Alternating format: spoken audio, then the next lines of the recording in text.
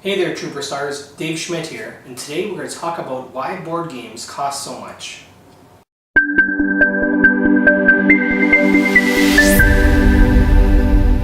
Now, whether you're a board gamer or you're one of those poor unfortunate souls who isn't into board gaming yet, most people like playing games or doing activities that are aesthetically pleasing.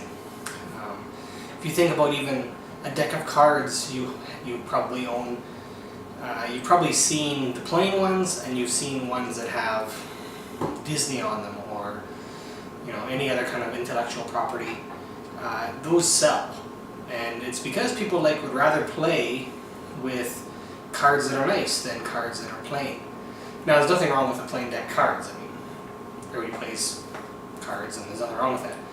But generally speaking, us as humans, we would rather play with toys that look good. Alright, here we have the Hobbit, An Unexpected Journey. Sort of a mass market pile of crap that you could get at your local Walmart or Target or Toys R Us.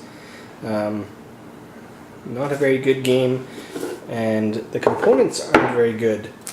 So these aren't too bad, actually. They hook together to make like a game board, but the art is pretty dreadful. If you look on the individual squares, it's just kind of this like clip art little teleport thing. But those actually aren't the worst part. Look at these little guys. I don't know where this guy's name is. Hobbit number 1, I would presume. But if you look at him, he's barely cut out properly. That's how the game came. They don't give you bags, so I have to use my own bags. And cards are okay. And this, yes, you won't find this in many newer designer board games. But one thing I should note is I didn't buy this game. Oh no, it was given to me as a present. I guess I shouldn't be ungrateful. It was a good present. Because look, I'm making a video about it. Alright, this little fellow, he's from a game called Blood Rage, a designer board game that costs about 80 bucks, give or take. And as you can see, the detail is a lot better on this miniature as opposed to the paper cutouts in the other game. And a lot of people will actually color paint these miniatures to make them look even better. I don't have the time or the talent for that. And I'll just get a little closer to this guy. Alright, as you can see, the detail is kind of crazy. He's not that big of a thing, but it's pretty. His helmet and even his eyes are fleshed out.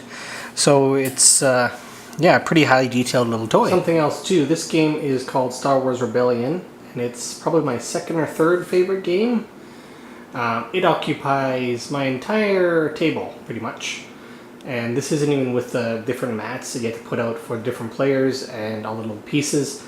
This is just the board itself. And if you look here, there's actually two separate panels that hook together. And I don't know how long that would be, maybe 4 feet, something like that, across. So it's pretty massive. Something else you definitely pay for in designer board games is the art. So as you can see here, this pretty intense scene of a Viking running through some exploding volcano fire.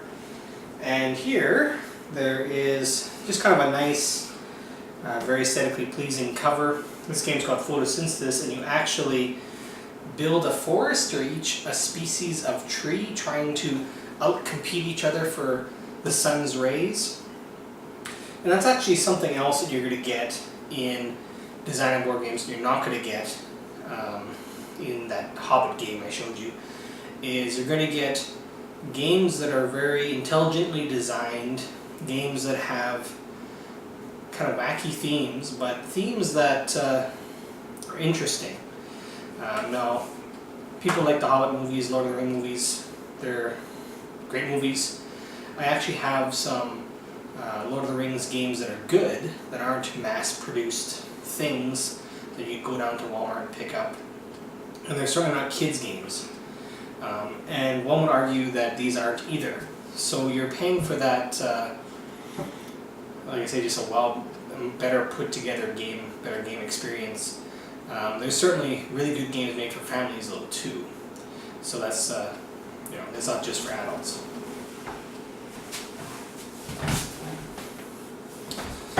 So I was originally going to make this video something along the lines of best components in a board game or something like that, but I didn't feel like I was qualified enough to decide that. But do you have any favorite board games of your own that have great components? Let us know in the comments. I'd love to hear from everybody. And also, feel free to like, subscribe, and ring that bell.